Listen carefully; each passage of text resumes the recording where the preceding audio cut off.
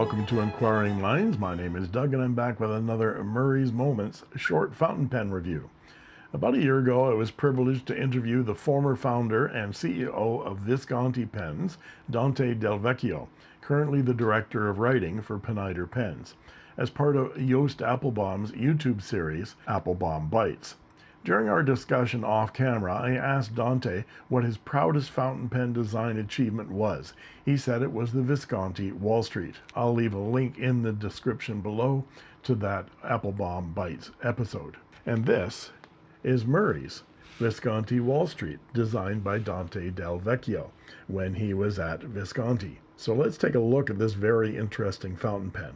The Wall Street is one of Dante's favorite shapes, the squared circle, which you can also see on the Visconti Vertigo. This gorgeous blue Visconti was donated to my channel by Donald Gehrig. Thank you, Donald. It's a beautiful pen. I use it a lot. The Wall Street is made out of stacked celluloid.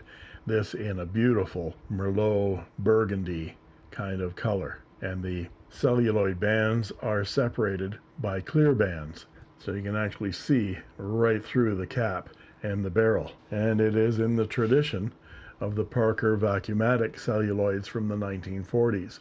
This is my 1945 Parker Vacuumatic in stacked celluloid, beautiful color called Azure Blue Pearl. And like the classic pens, the cap screws onto the barrel. No magnets or hook-safe closures that Dante loves so much. Of course, we have the typical Visconti hallmark of the famous arch of the Ponte Vecchio Bridge in Florence, right there, and the My Pen system of magnetic initials on the top finial. Murray has put MM for his initials right there. And this Visconti shows how old it is with the black enamel on the clip showing the name Visconti in negative space. Here is a modern Visconti. This is the Mythos, and you can see that the Visconti logo is now laser etched.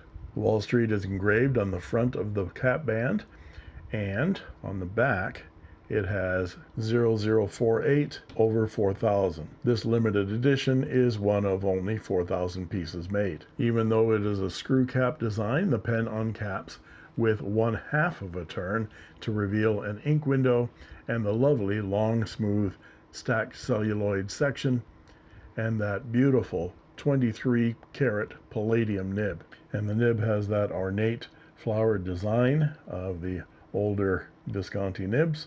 Visconti in the center of all of that, 23K PD and 950 for the palladium content, and then it says Faenza and an F for fine. The pen does post but makes it very long and unwieldy. Unposted, the pen is very, very nice in the hand and smooth to the touch, that smooth warm touch you get from celluloid.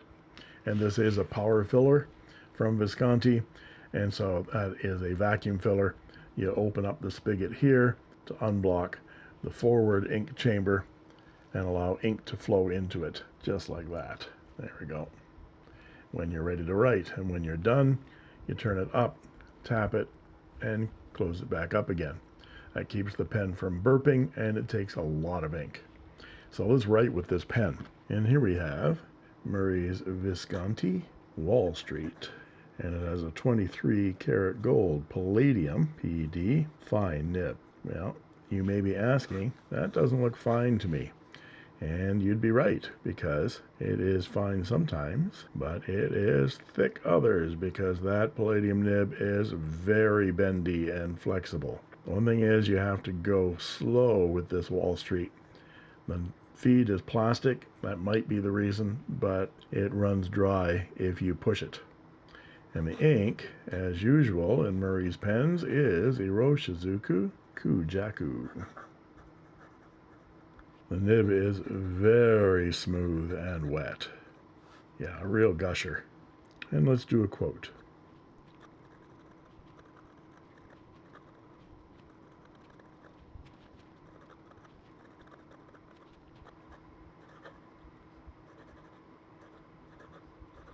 And there you have it. Thanks go out to Murray for loaning me this gorgeous Visconti Wall Street for this review. And as always, thank you.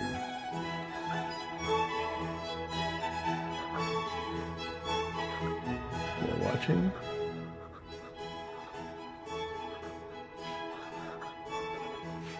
And that's all she wrote. I made this.